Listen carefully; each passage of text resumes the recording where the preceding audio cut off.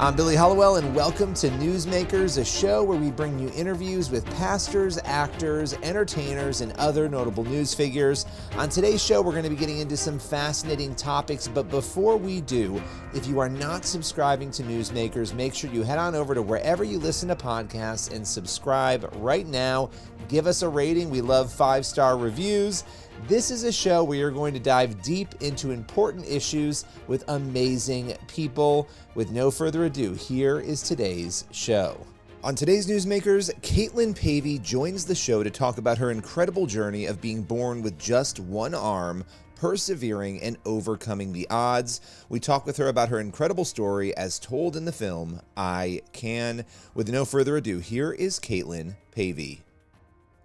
Well, Katelyn, I want to thank you for joining me today. We're here to talk about your story and the film I Can, which tells your story. Now, you had turned down movie offers a number of times, I think 3 times, before you agreed to I Can. Why did you turn those previous offers down? Yeah, that's correct. I turned it down, one, because I didn't personally think I had a story to share. I didn't want to be seen as sitting on a pedestal. And I also thought there was more people in our congregation that needed their story to be told. And it wasn't only me who denied it 3 times, it was also my dad.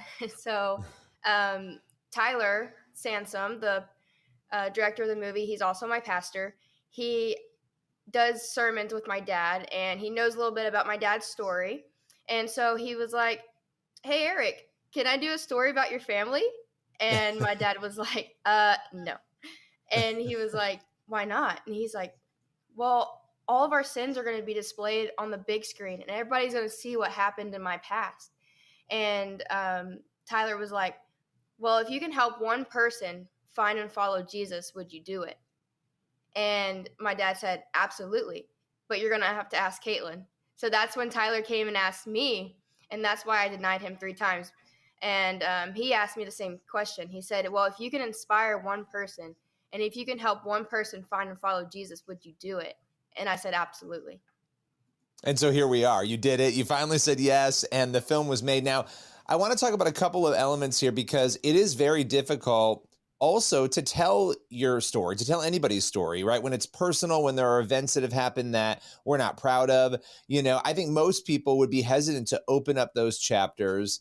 But also in your case, you said, you felt like other people had stories. You didn't have a story to tell. Meanwhile, you have an incredible story to tell. But I think those are interesting elements. Can you talk a little bit about, there's 2 things here. The first is that you were born with a birth defect and overcame and have done incredible things. And we're going to talk about all of that. But your father, his hesitancy, can you talk a little bit about what drove him to say, hey, initially, I don't know that I want my story out there? Yeah, so I was conceived out of wedlock due to an affair. Both my parents were married previously, and then when they got together, they had me. And so they both thought that their sin caused me to be born with one arm. They thinking that cheating on their spouses, getting together, caused me to be born with one arm. And my grandma, my dad's mom, whenever I was born, told my dad, you know what? God doesn't make mistakes. He has a plan in all of this. He has a purpose for this, and he has a reason for this. And that's a little bit why my dad didn't want to share his story. It's just because that he thought he was falling short because he sinned, and he felt guilty, me being born with one arm, just because of his past. He felt it was a punishment from God, which, a lot of people struggle with this when it comes to theology and seeing things that happen as being a direct, punishment for something that we've done. And here you are. And I think this is the incredible part about your story, inspiring people all over the country, all over the world, with this amazing story that God has used. And before we get into your story, being born with one arm and the struggles that have come with that and the victories that have come with that, when did faith come into your family's experience? When did you guys become Christians? So I initially grew up in a Christian household. My father went to church every Sunday with his parents. They were really religious. My mom was a believer, but she didn't go to church all the time. She went during Christmas. So it's like special occasions like Easter. But when she was 16, she went to a church camp, and she felt the Holy Spirit lead her, and she got baptized. So I grew up in the church, and especially living with my dad's parents really helped out a lot. So I grew up in the church, but initially in the 5th grade is whenever I decided that I wanted to be baptized. That's amazing. And so you grew up in faith and you're born with one arm. Talk about those struggles. What was it like growing up, with that birth defect? How did people treat you? You have, from what I understand, a very positive outlook, and we're going to get into that. And you have overcome so much, but talk about the experience. I never really realized that I had one arm, and my mom tells this story when I was about 2 years old, and I found a picture of myself, and I showed her, and I was like, "Mom, look, my arm broke. My arm's broke." And she goes, "Your arm's not broke. That's how God made you." And so that was like one of the first realizations that I knew like I had one arm. But growing up, I faced a lot of adversity. I faced a lot of challenges that I had to overcome and adapt to. And one of the first things that I can think of was in kindergarten. So my dad always told me that I can do all things. Like I can do all things if I set my mind to it. It might look a little different than somebody else, but if I work hard, I can accomplish it. And obviously through Christ, I can do all things. But the first, I call them I can't moments. I was in kindergarten and my teacher sent home a note to my parents saying, "You either need to buy Katelyn Velcro shoes or teach her how to tie her shoes because I'm tired of tying her shoes every day. I have a lot of kids that I have to deal with." And so that was the first the first thing that I had to overcome was tying my shoes in kindergarten, knowing that I was different. And my dad sat me home on the couch after school, and he said, "Well, do you want to learn how to tie your shoes or you want Velcro shoes?" And I said, "I'm no different than anybody else. I want to learn how to tie my shoes." So I sat down and worked on it. My dad tried to show me how he tied his shoes. But the next day I walked up to my teacher and I said, "Look, I can tie my shoes." So it was just things, I call them I can't moments that I had to face growing up. So that was one instance. And then it was also not just kids. Kids are curious, but their parents. Parents pulling their child away from me, playing with them because I just look different. My mom also tells a story where I was at a public pool and I was playing with a little girl and I stood up and she didn't know I had one arm, but when I stood up, the little girl got scared. And instead of her mom saying, "It's okay, people are different, she's okay," she pulled her child away from me and walked to the opposite end of the pool. So it was just things like that I had to learn how to overcome and just brush off my shoulder. That's so painful. It's interesting, and I can't speak from your experience, and feel free to push back on this, but it almost seems like, you figure it out. You figure out how to deal with what you're given in life and how God makes you. And the most painful part of the experience is how people are behaving, not necessarily Right. what you've gone through. It's dealing with other people and the presuppositions, the assumptions they make that you can't do certain things, the way they treat you. I mean, would that be accurate? It's accurate. And that's when I said I turned that can't into continue adapting, never turning back. So you continue to adapt to any adversity that you're thrown in life and you overcome that to become successful. You don't go back to your old ways. You don't give up. You keep pushing on to be successful, to show people that you can. And that's just what I did my whole life, especially through the sport of softball. Um, Yeah, well, getting to let's that. talk about that because I mean, an All-American athlete, you receive a scholarship to play college softball, one arm. I mean, most people can't do it with two arms, get a scholarship to play any sport. Some people do, but it's tough to do. Talk about that. I mean, what did it take to get there and to reach that level of success, especially because, again, there were certain things you had to work harder at or figure out how to do it differently. Yeah, so first off, I started playing softball at 3 years old, and my dad was my t-ball coach. So just growing up with him in the backyard playing softball, he tells me a story when I was a couple months old when he realized that I had some hand-eye coordination. He got me out of the bath when I was a baby, laid me on the ground, and he had a little squishy ball, and he would hold it above my head, and he was like, "Let's just see what happens." So he dropped it, and to his surprise, I caught it. And he's like, "All right." That sparked his interest because he grew up with two brothers and they all played sports and he was an athlete. So he's like, "Yeah, this is awesome." So he did it again and I caught it. So the next day he went out to Walmart and bought one of those Velcro gloves that I could practice working on my hand-eye coordination.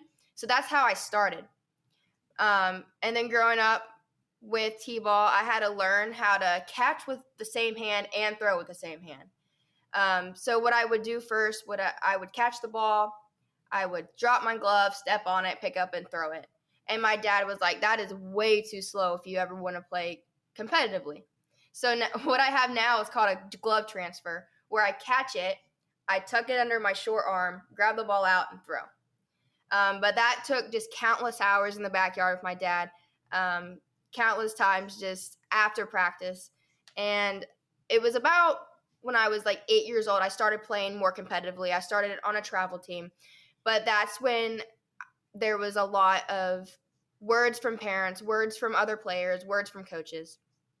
I vividly remember I was playing a team and the coach called timeout and I was up to bat and he moved all of his players in. He's like, move in, move in, move in. She can't hit. And just coaches like that, Wow. before I even started playing, doesn't even know who I am, just disrespects me just because of my arm. So telling their players to move in, move in. The third baseman was so close to me when I was in the batter's box that I could give her a high five. That's how close she was playing to me. And it was also the parents just complaining. And I was on a travel team when I was at this age, and I was doing pretty well. I was playing outfield, and I was starting most every single game. And I thought I was doing well until I got a phone call from my coach. And she said, hey, I need to tell your family something, so can you come meet me at my house? So we went to her house, and she said, I'm going to have to ask you to leave my team. What? Yeah. So I was like, what? Because I was like, I'm playing, I'm starting. Like, what's wrong? And she said, well, I don't like drama on my team. And she said, you're causing a lot of drama. She said, parents are complaining that a girl with one arm is playing over their daughter with two, and they just don't understand. And I can't deal with this drama on my team, so I'm going to have to ask you to leave. So because you were outperforming people, it was your fault, and because you were there, it was your fault. Their reaction was your fault in her view. Yes, they didn't know how to deal with it. She didn't want to deal with it, so she wanted me to leave initially. And Katelyn, how did you stay? And I want you to finish that story, but as I'm hearing all of this, how did you stay positive as you have these people, and not just kids who are just mean sometimes, but adults who are being cruel? How did you keep your positivity and your drive and all of that? So my dad told me that I should use those words as fuel to get better. And so I listened to him, and those words hurt. They hurt a lot, and it did make me sad, and it did make me feel bad. But I knew that I had a greater purpose. I knew I had a talent in softball, and I knew that God gave me this talent, and I wanted to use those words as fuel to prove to them that I deserve to be out there and I deserve to play. And I just had to learn to let those words just go right through me and not try to affect me as a person and how I played.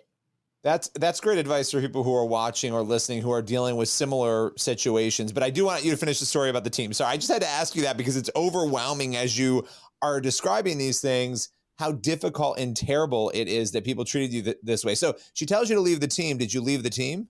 We did. And I was raised to turn the other cheek like Jesus did and just to leave. And so we did, and it hurt a lot. But like I said, I used those words as fuel to get better.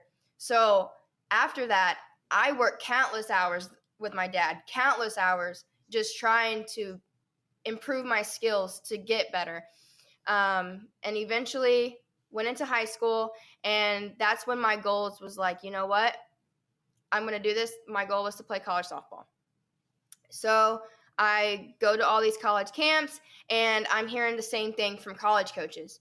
Man, you have great skills. I would love to have you on my team, but, and there was always a but I don't know how to coach a girl with one arm, or I don't know how my players will react to having a teammate with one arm.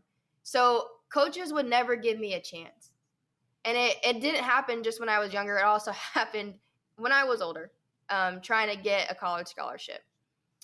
And so I wrote goals down on a board in high school and what I wanted to accomplish. And that was one, to hit my first home run, to become an all-conference player, to become a all-state player, and to sign a college scholarship to play softball. And going into my senior year, I did accomplish that. I hit my first home run. I was MVP of my conference, and I was the first female or male from my high school to become an all-state player in the state of Indiana. And lastly, I wanted to sign a college scholarship. And that's how I met my coach, Coach Corey Gardner. And going to those camps, the same camps as those college coaches told me that, they'd love to have me, but they never gave me a chance, is where I met Coach Gardner. And he was actually there to recruit a pitcher and catcher. So he wasn't even looking for me, a little outfielder. And so he was at one field, and he had an assistant coach that was at my field. And he was watching the pitcher and catcher, and she was watching our little game that was going on. And she called him and was like, hey, you need to come over here. You need to see this player. And she didn't even mention that I had one arm. And so he was like, no, we're here just to get this pitcher and catcher duo. And she said, no, you need to come over here right now. So he came over, and he saw me play. And after the game, he said, man, you know what? I don't care if you have one arm, no arms. If you can play ball, you can play ball. And just to have someone have that much belief in me as a player and as a person, and to look past my arm and just see me for who I was, meant so much to me. And he offered me a full ride scholarship. So my senior year, I signed a full ride scholarship to play for Cincinnati Christian University. I mean, that is absolutely incredible. And people can watch this story. They can see your story being told in I Can. Now, again, you rejected a movie offer 3 times. The 4th time you said yes. The movie is out. What are you hoping people take away from the film? One, it's the main message in the story, that God doesn't make mistakes. And it doesn't matter who you are, what you look like, where you come from. God has a purpose for your life, and he made you in his perfect image. And you just need to trust in him that he has that plan for you. So that's one. And 2, I want to inspire people. If I can do it, that you can do it too. So just hopefully it's a big inspiration. And if someone's struggling with the same things that I struggled with, or if what my parents went through, that maybe it can help them as well. That's amazing. That's incredible. And, you initially thought you didn't have a story. Now that you've seen the reaction to the film and how people are, bringing you on like this to talk about it, do you see the story now? Do you understand why people wanted to tell this story? Yes. And that also brings me to when I said I didn't know I had a story. Well, when I came across a story in the book of John chapter 9, where Jesus and his disciples came across a man born blind. And his disciples asked Jesus, well, was this man born blind because of his sin, or was he born blind because of his parents' sins? And Jesus says neither. He was born this way so that the work of God could be displayed through his life. And that hit home to me, because I was like, I never knew why I was born with one arm. And I now know, and I now believe that I was born this way so that God can shine through me, so that I could be, so I could show others who he is through how I played softball, how I act, how I talk. So that's what I believe, that I was born with one arm. That's amazing. That's incredible. And if people want to watch I Can, where can they go to either stream it or get copies of it? Yeah, so right now we're on Amazon, we're on Tubi, we're on Up Faith and Family. What else? You can also go to we have an I Can page, a Facebook page, and we also have a website, ican.info. You can find a lot of information on that as well. Well, I so appreciate you taking the time. What an incredible story, and overcoming. Life can get people down. We're looking right now at skyrocketing rates of suicide and depression. And, when you're going through different things in life, it's easy when God is not at the center. And even when he is, to get sidetracked, to get pushed into an area where you give up hope. And your story is truly evidence of somebody who not only didn't give up hope, but you persisted throughout, even when people treated you in unimaginable ways. So I really appreciate you sharing this story with us today. Thank you. And I'm glad I was on the show, and I'm happy that hopefully I can inspire one person. That's all for today's Newsmakers. I'm Billy Hollowell. Make sure you head on over and rate this show on your favorite podcast platform.